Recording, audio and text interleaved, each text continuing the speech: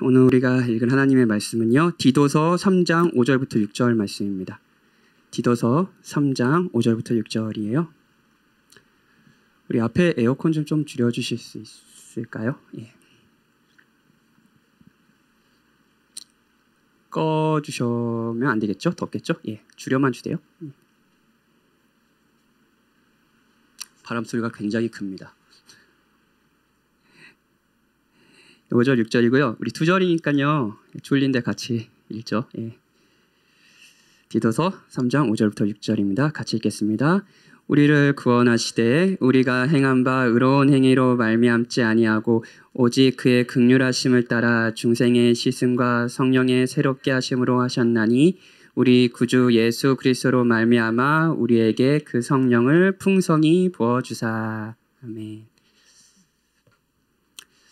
예, 계속해서 소요리 문답 5시간 저와 함께 듣고 있습니다. 어떻게 신앙생활 하시면서 소요리 문답으로 계속 성경 공부를 하신 경험이 있으신 분도 계실 거고, 이게 처음으로 이제 이런 교리 공부를 오후 예배 이렇게 하시는 분도 계실 텐데 어떠세요? 조금 유익한 시간을 보내고 계시나요? 라고 말하면 대답하지는 않겠죠? 예, 여기서 솔직히 대답하지 않겠죠? 예, 유익한 시간이었으면 좋겠습니다. 예, 그리고 여러분과 제가 하나님을 알아가고 또 하나님이 얼마나 우리가 영원토록 즐거워도 질리지 않으시고 좋으신 분이신지, 예, 그리고 그렇게 우리가 하나님을 기뻐하고 사랑하지 않던 제일 목적, 하나님을 기뻐함으로 그분을 영화롭게 하는 게 우리의 목적이라 했잖아요. 그렇지 않는 우리의 삶이 얼마나 비참하고, 그렇게 우리가 다시금 살아가기 위해서 하나님께서 어떤 사랑을 베푸셨는지 이런 내용들을 쭉 다루고 있는 것 같아요. 여러분의 신앙생활에 큰 도움이 되길 바랍니다. 벌써 19번째 시간이고요. 오늘은 29문, 30문. 아마 오늘부터 할 주제는 일명 성령론이라고 불리는 교리의 분과예요. 성령론. 그러니까 성령 하나님께서 어떤 사역을 하시는지에 대한 내용. 그래서 이제 성령 하나님께서 하시는 사역은 성부 하나님께서 계획하시고 성자 하나님께서 성취하신 구원을 우리 안에 내주하셔서 우리를 실제적으로 구원해 주시는, 적용시켜 주시는 사역을 하시거든요. 그래서 이 성령론을 한편으로는 구원론이라고 부르기도 합니다. 그래서 우리 개개인이 어떻게 구원받고 있는지 성령 하나님으로 말미암아 이런 이야기들을 오늘 이번 주부터 좀 할 거예요.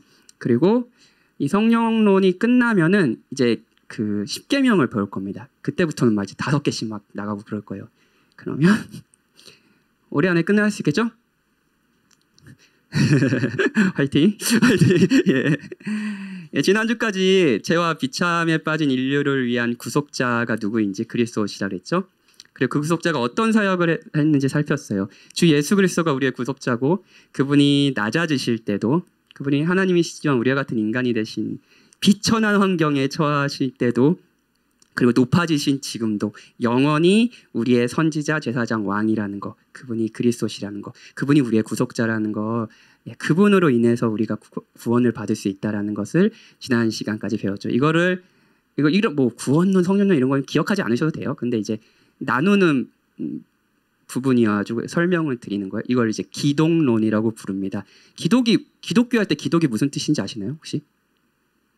잘 모르시죠? 그 이제 그리스도를 이제 한자로 음독한 게 이게 기독입니다. 그래서 기독론이라면은 그리스도론 뭐 이렇게 할 수도 있어요. 그러니까 예수님이 누구신지, 예수님이 어떤 사역을 하셨는지를 살피는 게 이제 기독론이라고 해요. 오늘은 오늘부터는요. 자, 좋아요. 지금까지 그런 걸 배웠죠. 여기서 이제 자연스러운 질문이 들었으면 좋겠어요. 자, 그리스도가 그런 분이셔. 근데 이런 질문이 들면은 아주 훌륭한 성도님이실 것 같아요. 예수님이 2000년 전에 성육신하시고 십자가에 죽으시고 그래서 자기 백성을 구원하셨다는 거 지금까지 들어서 좋겠습니다. 그분이 제사장, 선지자, 뭐 좋아요. 왕이시라는 거. 그런데 2000년 전에 일어났던 그 일이 지금 우리와 연관되어 있다는 것을 어떻게 알 수 있나요? 우리는 예수님을 직접 만난 것도 아니고 시간의 간격이 있을 뿐 아니라 우리는 예수님과 동족도 아니잖아요. 뭐 우리는 이제 이스라엘 민족이 아니잖아요. 지구 반대편에서 태어난 사람들이잖아요. 지구 반대편에 사는 2000년이 지난 박현진이 어떻게 그리스도로 인해서 구원받을 수 있나요? 라는 이제 질문이 들면은 좋을 것 같은데 궁금하지 않으세요? 궁금하면 좀 이제 설교가 조금 더 지루한 설교지만 조금 더 와닿을 거예요. 예. 29문 그걸 오늘부터 한번 살펴볼 겁니다. 29문 한번 같이 읽어보죠. 제가 오늘도 물음을 읽을 테니까 여러분이 답변을 읽으시면 좋겠습니다. 우리는 그리스도가 이루신 구속을 어떻게 참여할 수 있습니까?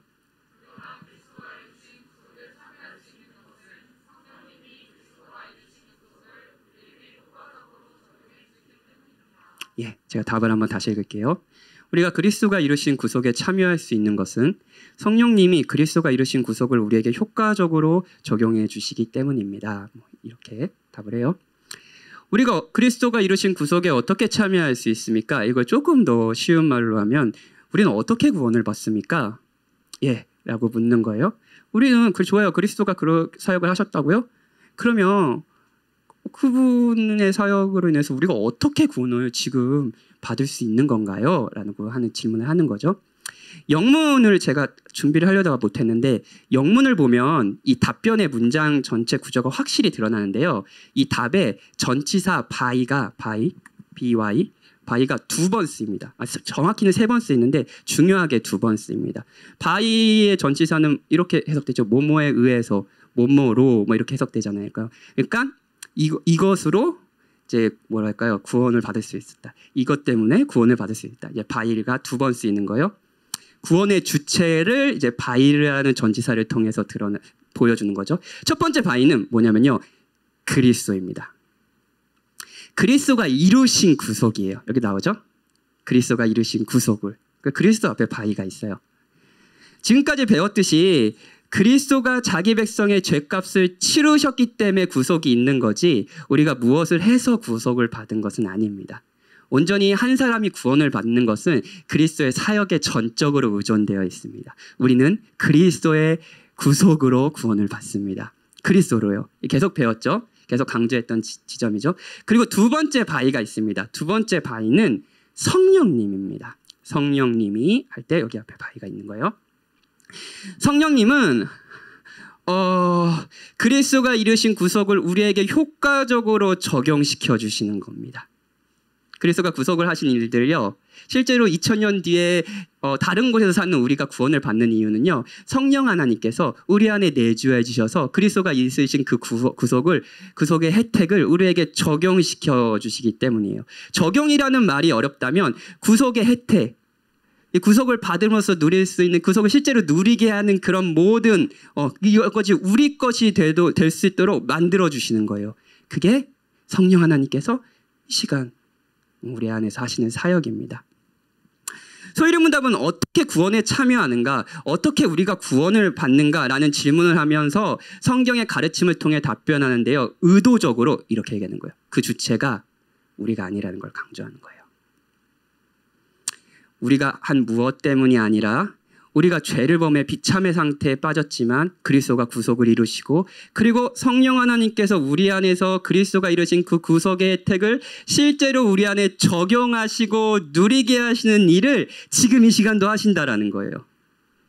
구원은 인간의 일이 아니라 하나님의 일이라는 것을 성경이 가르쳐 주는 거죠. 자, 여러분. 이 부분이 여러분 구원을 받으셨습니까? 그리스도가 여러분의 구주이신가요? 여러분이 구원을 받았다면, 여러분이 그리스도인이라면 여러분에게 일어난 일은 이런 겁니다. 진짜 엄청난 일이에요. 여러분이 구원을 받을 때 이런 일이 일어난 겁니다. 성부 하나님께서는 작정하셨습니다. 작정은 소위문답 7문에서 이미 저와 함께 배웠습니다. 작정 뭐였죠? 하나님의 영원한 계획과 목적이라 그랬죠. 영원한 목적이 있으시고요. 그 목적을 계획하심으로 실제로 이루시는 거죠. 성부 하나님은 자신의 영광을 위해 앞으로 일어날 모든 일을 미리 작정하셨습니다. 미리 계획하셨어요. 미리 정하셨어요. 그분이 정하시지 않은 일은 없습니다. 그런데 무엇보다도 성부 하나님께서 정하신 가장 은혜로운 계획이 뭔지 아세요? 바로 저를 구원하시기로 하신 거예요. 그리고 성자 하나님은 성부 하나님께서 계획하신 구원을 실제로 이루셨습니다. 성자 하나님께서 저의 죄값을 대신 치르셨고요. 성자 하나님은 저와 여러분을 의롭게 하시기 위해 모든 순종을 하시고 그분의 의를 우리의 의로 여겨주셨어요. 성자 하나님께서 이루신, 성부 하나님께서 계획하시고 성자 하나님께서 이루신 구원인 거죠. 그리고 성부 하나님께서 이렇게 계획하시고 성자 하나님께서 이루신 이 구원을 성령 하나님께서는 지금 우리 안에 내주해 주셔서 실제로 이 구원의 혜택들을 누리고 우리가 기뻐하고 우리가 확신하며 소망을 갖고 안식하며 살아갈 수 있도록 우리 것이 되게 해주시는 일을 성령 하나님께서 하시는 거예요. 이게 효과적으로 적용시켜 주신다라는 의미입니다. 이것이 여러분과 제가 구원을 받았을 때 일어나는 일입니다. 오늘 오전 설교로 의하면 여러분과 제가 어둠 가운데 있었지만 빛을 보게 됐을 때 일어난 일입니다.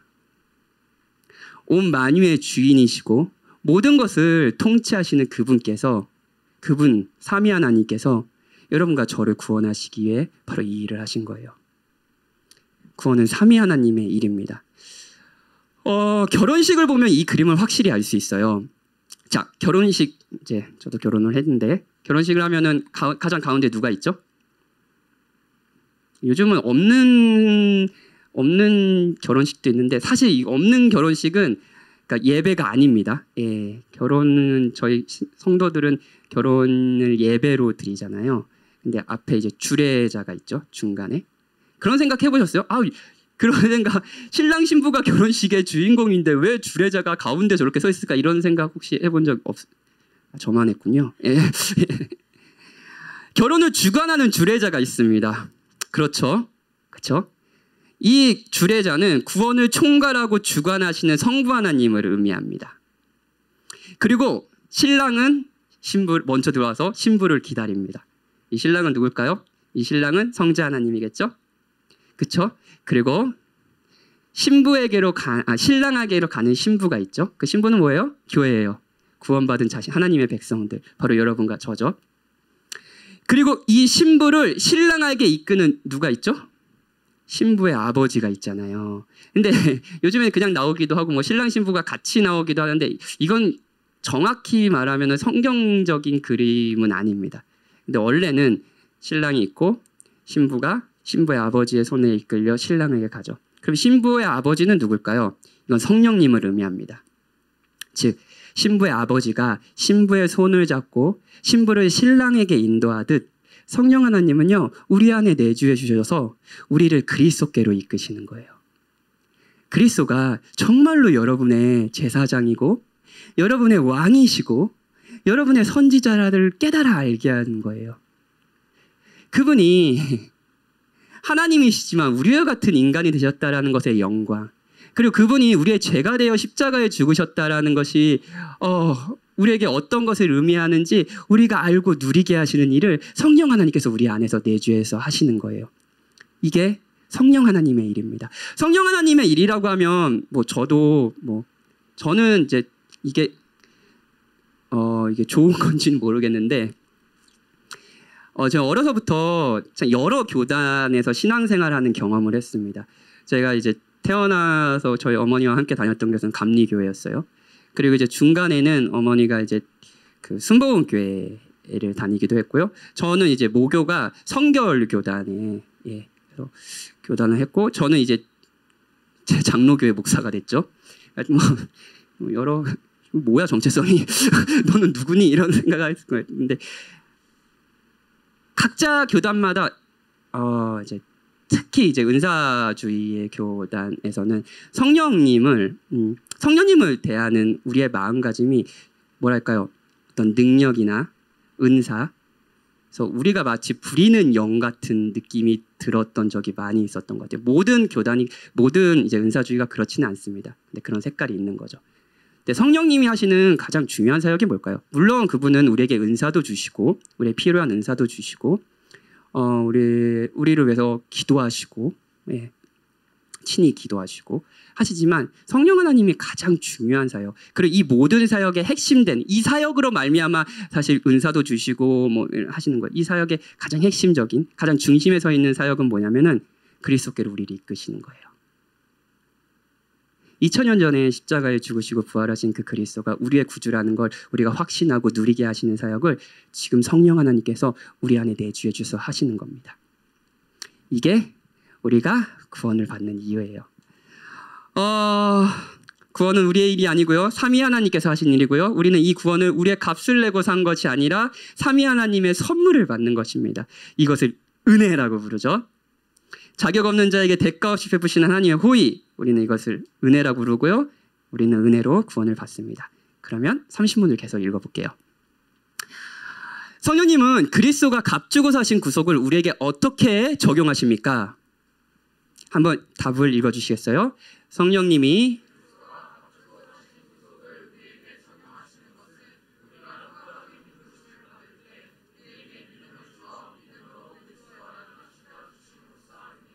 예. 29문에서 성령님이 그리스도께서 이루신 구원은 우리에게 효과적으로 적용해 주시기 때문에 구원을 참여한다 그랬잖아요. 그렇다면 어떻게 적용시켜 주시는 거냐? 자, 그리스도를 그렇게 알게 하신 그게 어떻게 하는 거냐? 어떻게 적용시켜 주시냐? 그 구속의 사역을 이렇게 또 묻는 거예요. 그러니까 계속 이어지는 게 보이죠? 예. 여기서부터는 이제 아까 성령론이라고 불렀지만 이거는 기억하면 좋긴 한데 잊혀도 상관은 없을 것 같기도 하고 뭐, 오늘부터 하는 거는 구원의 서정이라고 불리는 이제 뭐랄까 교리입니다. 구원의 서정, 어렵죠. 구원의 서정. 조금 쉬운 말, 뭐 구원의 과정이란 표현이 조금 잘 어울리진 않는데 이런 거예요. 구원은 굉장히 큰 개념입니다. 예. 성경에서는 성화를 구원으로 성화한 인간이 정말로 죄인이었지만 점점 더 아까 찬양에도 너무 좋더라고요. 예. 창조 때 모습을 이런 우리들이 예수님 닮아가게 하는 거, 성화죠. 그게 그 성화를 구원이라고 부르기도 합니다. 그리고 어떨 때는 우리가 실제적으로 우리 마음에 거듭나는 거, 이거 중생이라고 하죠. 중생을 구원이라고 그러니까 구원이라는 범주가 굉장히 큰 거예요. 근데 그래서 이제 신학자들이 이런 거예요. 성경이 구원을 뭐라고 얘기했나 막 분석하는 사람도 있을 거 아니에요. 예, 그걸 분석해서 논리적인 순서대로 이렇게 나열한 거. 예. 한 사람이 구원을 받는다는데 이런 일들이 일어난다라는 것들을 쭉 나열한 것을 구원의 서정이라고 부릅니다. 어떤 얘기인지 이게 뭐 시간적인 순서는 아니에요. 오늘 그리스도와 연합 배웠으니까 다음에는 효과적인 부르심, 그러면 나는 효과적인 부르심은 못 받은 것 같고 그리스도와 연합은 된다. 이렇게 생각할 수 있는 게 아니라 이게 그냥 논리적인 순서라는 걸 기억하. 이게 막 어떤 사람에게는 한꺼번에 막 확 일어나는 사람들도 있고요. 근데 이제 논리적인 순서라는 것을 구원을 이렇게 구원의 서정으로 이렇게 표현한 것을 오늘부터 이제 들을 겁니다. 성령 하나님께서 그리스도께서 이루신 구속을 우리에게 적용시켜 줬을 때 우리를 구원하실 때 일어나는 일들을 순서대로 살필 거예요. 30문에서 제일 먼저 우리가 효과적인 부르심을 받을 때 성령님이 우리에게 믿음을 주어 믿음으로 그리스도와 연합시켜 주신다고 합니다. 그리스도와 연합이죠. 효과적인 부르심은 이제 다음 주에 자세히 살필게요. 오늘은 우리에게 효과적인 부르심을 들을 때 사실은 이제 복음이 선포되고 그 복음으로 말미암아 우리가 우리의 죄를 깨닫고 그리스도를 우리의 마음의 구주로 삼는 그 모든 것을 효과적인 부르심이라고 하는데, 그 효과적인 부르심이 있을 때 성령 하나님께서 하시는 일들은 뭐냐면은 우리에게 믿음을 주어서요, 믿음으로 그리스도와 연합시켜 주신다는 거예요. 그리스도와 연합. 성령 하나님께서 그리스도와 우리를 연합시켜 주시는 거예요. 우리가 구원을 받을 때 성령 하나님은 무엇보다도 그리스도와 우리를 연합시켜 주시는 겁니다. 이거 그리스도와 연합 좀 어려운, 오늘 어려운 거 너무 많네. 네, 그렇죠. 근데 이제 이 단어가 그리스도와 연합이란 단어가 성경으로 쓰이진 않아요. 근데 이런 표현이 너무 많죠. 그리스도 안에, 우리가 그리스도 안에 있다. 그리스도 안에 너무 많지 않나요? 이게 이제 그리스도와 연합이라는 교리를 성경에 표현하는 방법입니다. 그리스도 안에 있다. 이게 너무 모호하지 않으셨어요? 그 전에 성경을 읽으시면 내가 그리스도 안에 있는 게 뭐지? 그리스도 안에 있다? 이게 뭐지? 이게 그리스도와 연합됐다는 말인데 이제 조금 더 와닿게 제가 설명을 해드릴게요. 이게 세 가지 예를 드릴 건데 첫 번째는 옷의 비유입니다. 옷의 비유. 이게 성경에 보면 그리스도로 옷 입고 뭐 이런 단어가 있죠. 뭐 그리스도로 어떻게 옷을 뭐 이런 고민해 보셨죠? 참 성경 어려운 부분 많아요, 그렇죠? 이렇게 예를 한번 들어볼게요. 제가 집에 일주일째 이제 물이 안 나와서 목욕을 못했다고 합시다. 예. 잘해요. 여름이잖아요. 예. 자, 이 더운 날 예, 지금 뭐 어제 잠깐 돌아다녔는데 막 땀이 막 비 오듯 쏟아지더라고요. 근데 일주일째 목욕을 안 한 거예요. 지영아, 그래도 사랑해 줄 거니? 예. 뭐 생각하기도 싫죠. 뭐 상태가 어떻겠어요? 거의 폐인일 거 아니에요. 그런데 우리 오강희 전사님이 저를 너무너무 사랑하는 거예요. 그렇죠? 그래서 오늘 양복을 안 입고 오셨는데 자기가 양복을 입고 왔어요. 근데 제가 막 일주일째 꼬질꼬질하게 있는 거예요. 그랬더니 오강희 전사님이 자기의 깨끗한 양복을 벗어주면서 목사님 그래도 오늘 설교도 해야 되는데 지금 이 꼴이 뭡니까? 그렇게 올라갔다는 성도 다 시험 들고 목사님도 아닙니다. 목사님 제 옷을 입으십시오. 한번 제 옷을 이렇게 벗어준 거예요. 저보다 체형이 좀 크긴 한데 하여튼 예, 제가 이제 자 이렇게 한 거예요. 자 실제로는 저는 더럽습니다. 그렇죠? 더럽죠? 일주일째 목욕을 안 한 사람이에요. 땀냄새 풀풀. 네, 그리고 네, 그래요. 근데 깨끗한 옷을 입음으로 저의 더러움이 가려지죠. 그렇죠? 이제 사람들은 저의 더러움을 보지 않고 옷의 깨끗함을 보며 저를 판단할 것입니다. 그렇죠? 멀리서 보면 저를 알아보지 못할 저 사람 깨끗한 사람이구나 라고 생각하겠죠. 옷과 제가 하나가 되는 거예요. 이 비유를 어제 생각하면서 냄새는 어떻게 하지? 고민을 하긴 했는데 어쨌든 뭐 냄새도 막는 우리 오강희 전사님의 아주 훌륭한 옷이 있다고 합시다. 예, 이것이 그리스도와 우리가 연합됐다는 성경의 비유입니다. 실제로 우리는 더럽지만 그분이 깨끗하신 우리가 그분과 하나 되어서 그분의 깨끗하신 그분의 순결하심이 우리의 깨끗함과 우리의 순결함이 되어버린 거예요. 이게 연합되었다는 거예요. 두 번째 비유는 결혼의 비유입니다. 결혼의 비유. 저는 결혼했어요. 예, 저는 이상형과 만나서 결혼했습니다, 여러분. 여러분 화이팅! 화이팅! 재수없죠? 죄송합니다.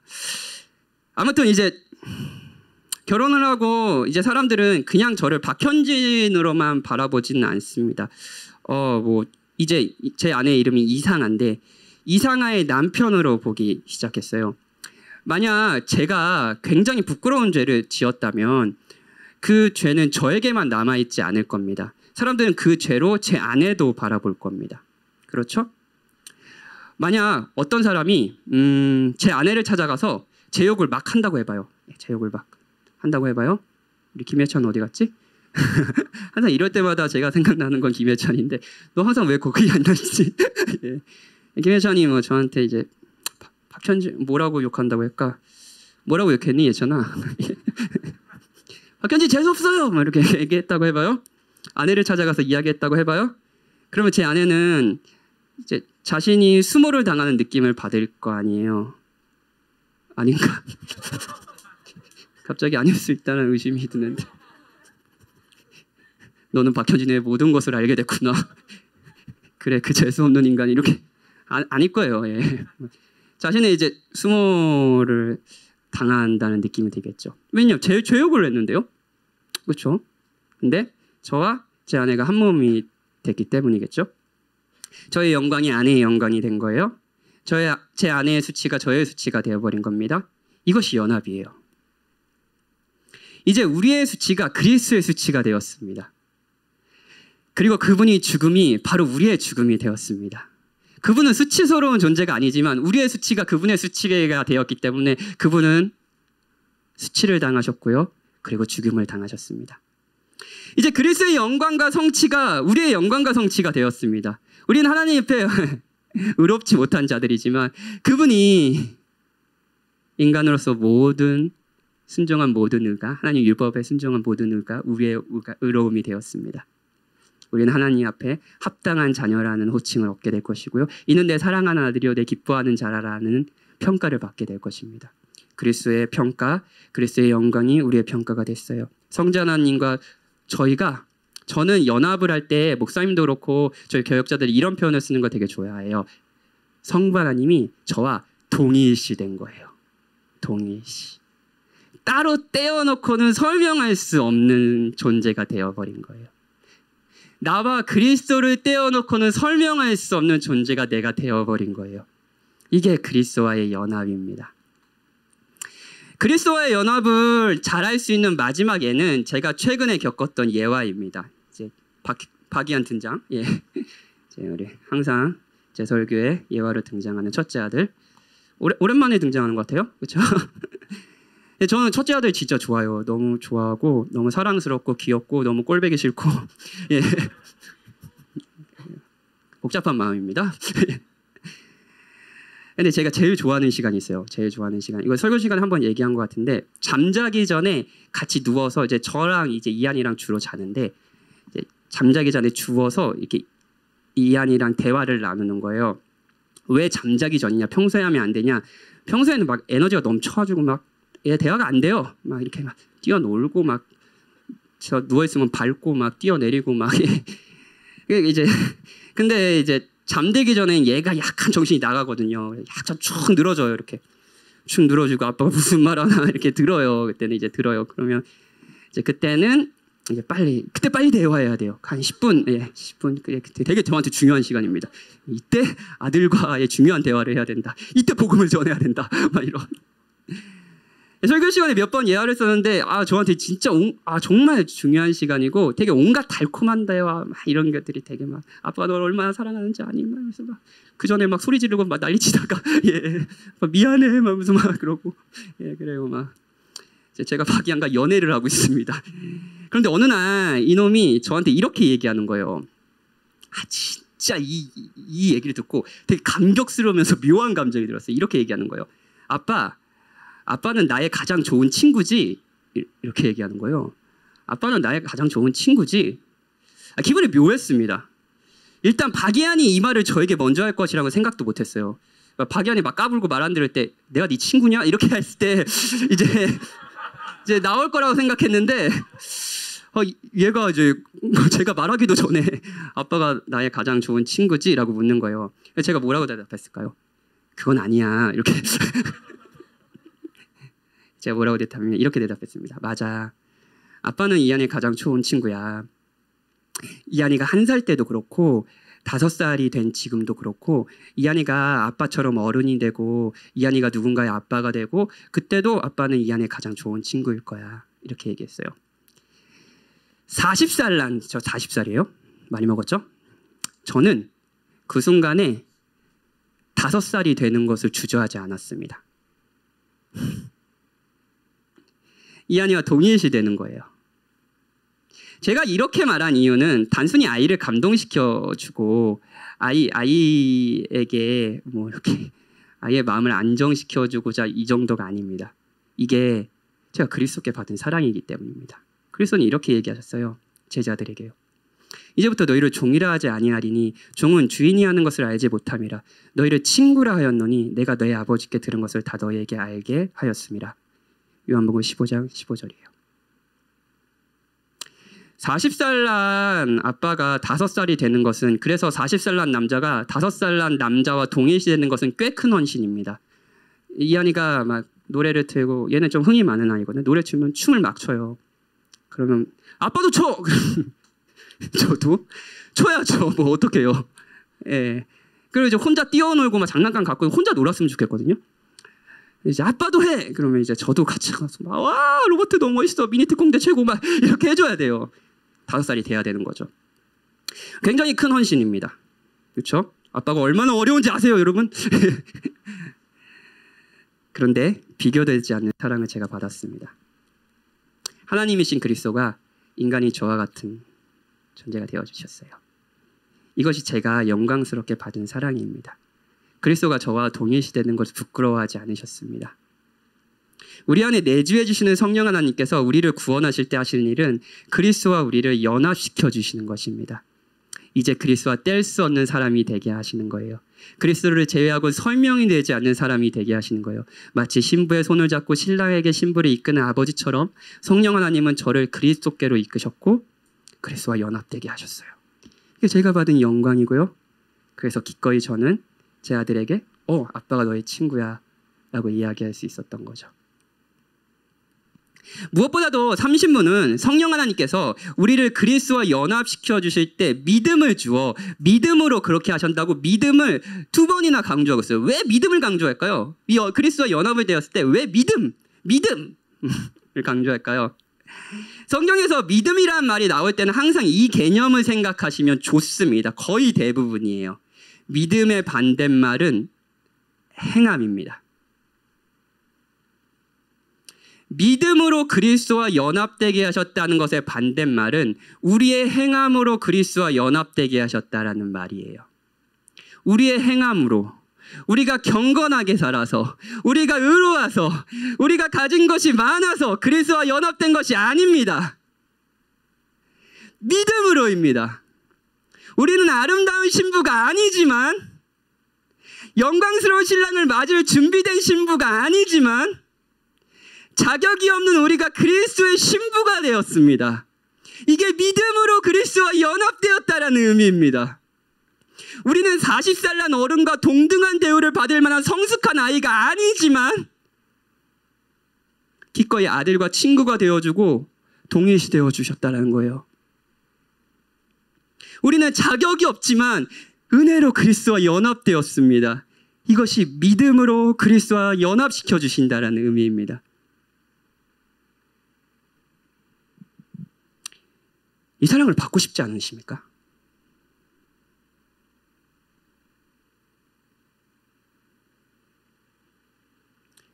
이 사랑을 아신다면 그냥 아는 것에 그치지 않고 누리고 싶지 않으십니까? 왜냐하면 이번 한 주도 우리의 마음에 큰 동요들과 염려들, 그리고 우리가 슬퍼했던 이유는 결국 우리가 받은 이 사랑을 가볍게 여기기 때문이 아닐까요? 모든 것의 주인이신 가장 크고 영광스러우신 그리스도가 우리와 동일시되고 내가 그분 안에 있다. 그분의 영광과 그분의 지위가 나의 지위가 되었다. 그분의 성취가 나의 성취가 되었다. 그리스도 안에서 나를 바라본다. 라는 것이 여러분에게 의미 없게 들리지는 않으십니까? 그래서 오늘 오전에도 아름다운 탁월함을 선포하고 말하라 라고 목사님이 설교하셨지만 그게 그렇게 아름답고 여겨지지는 않아요. 라고 살아가고 싶지 않나요? 성령 하나님께서 내주해 주셔서 우리 안에서 그 구원을 실제로 알고 누리게 해주신다면서요. 그럼 우리 어떻게 해야 되죠? 어떻게 해야 될까요? 사랑하는 여러분, 저는 이 모든 사실을 안다면 우리가 어떤 반응을 보여야 하는지 여러분에게 말씀드리고 싶어요.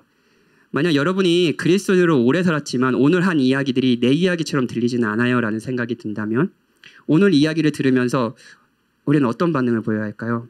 한 사람이 구원을 받는 것이 삼위 하나님의 일이라는 것, 은혜의 일이라는 것을 안다면 우리는 어떻게 해야 될까요? 그거 하나님이 하시는 일이니까 나는 아무것도 못해요. 이건가요? 아니요. 저는 여러분에게 아주 중요한 권면을 드리고 싶습니다. 중요한 권면이에요. 그리고 이 중요한 권면은 새로운 것이 아닐 겁니다. 신앙생활을 하신 만큼 여러분이 들었던 잔소리일 거예요. 그건 기도하라는 겁니다.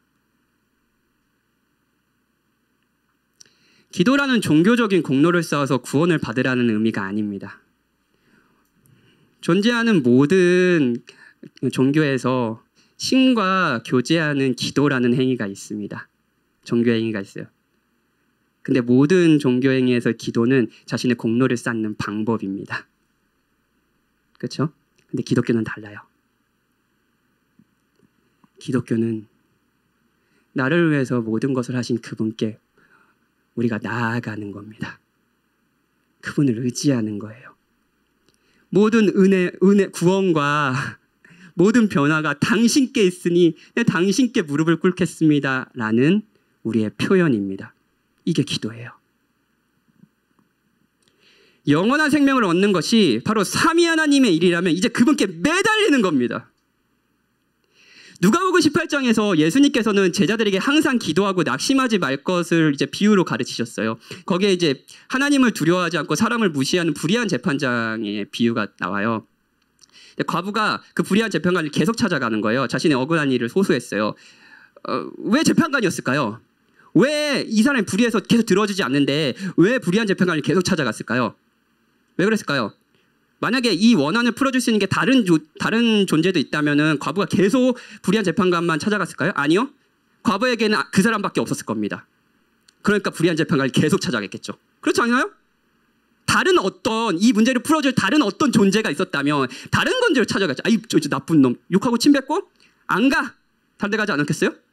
근데 과부는 계속 찾아갔어요. 왜냐? 불의하더라도 그분만 그 사람만이 나의 원한을 풀어줬다는 걸 알았기 때문이에요. 그렇지 않겠어요? 문제는 그 재판관이 불의한 재판관이었다는 겁니다. 들어줄 마음이 없었어요. 근데 과부가 계속 찾아가는 거예요. 계속 찾아가는 거예요. 맨날 찾아가요. 하루에 10번씩 찾아가요. 문 안 열어주면 문 앞에서 막 울고 있어요. 그러니까 불의한 재판관이 너무 귀찮은 거예요. 야, 들어줘. 그래서 들어줬다는 거예요. 그러면서 예수님이 이런 얘기를 하세요. 불의한 재판장이 말한 것을 들으라. 하물며 하나님께서 그 반납 부르짖는 택하신 자들의 원한을 풀어주지 아니하시겠느냐? 그들에게 오래 참으시겠느냐? 물론 이 비유가 우리의 모든 상황을 정확하게 보여주진 않습니다. 우리는 과부가 맞습니다. 비참한 상황에서 아무것도 할 수 없는 사람이에요. 그리고 이 상황에서 구원을 위해서 우리가 할 수 있는 건 아무것도 없고 오직 삼위 하나님만이 하신다는 것을 알기에 과부가 불의하지만 재판장이 오로지 이 상황을 해결해 준다는 것을 알기 때문에 불의한 재판관을 찾아간 것처럼 우리는 하나님을 찾을 수밖에 없죠. 그게 이 비유의 과부와 우리가 같은 점입니다. 근데 가장 다른 점이 있어요. 우리는 불의한 악한 과부라는 거예요. 우리는 단순히 원한을 가지고 있는 사람이 아닙니다. 우리가 앞으로 당해야 되고 우리가 지금 처해 있는 비천과 앞으로 처해야 할 비참은 우리가 억울하게 당하는 일이 아니고요. 원한을 품을 일도 아닙니다. 왜냐? 우리가 행한 죄에 대한 값이기 때문이죠. 이 비유 속에 과부는 불의하지 않고 재판관이 불의하지만 우리의 상황 속에서는 재판관을 끊임없이 찾아가는 우리가 불의한 거죠. 그리고 감사하게도 우리가 찾으려는 재판관도 불의한 재판관이 아닙니다. 아 귀찮아 하시는 분이 아니세요. 의롭고 거룩한 분이시고요. 그리고 무엇보다도 사랑이 넘치고 자비를 베푸시는 분이시고 은혜로운 주시죠. 그렇다면 여러분 그분께 달려가지 않겠습니까? 그래서 우리를 구원해 달라고 우리에게 주신 이 구원을 누리게 해달라고 그리스도와의 연합이라는 이 창대하고 아름다운 이 성경의 가르침이 내 것이 되게 해달라고 기도하지 않겠습니까? 하나님께서 그 밤낮 부르짖는 택하신 자들의 기도를 들어주시지 않겠습니까? 그럴 리가요. 이것이 구원의 은혜라는 것을 구원이 은혜라는 것을 아는 자들의 가장 합리적이고 가장 절실한 반응 아닐까요? 기도하십시오. 하나님께서 여러분의 기도를 들어주실 겁니다. 우리 같이 찬양하고 기도합시다.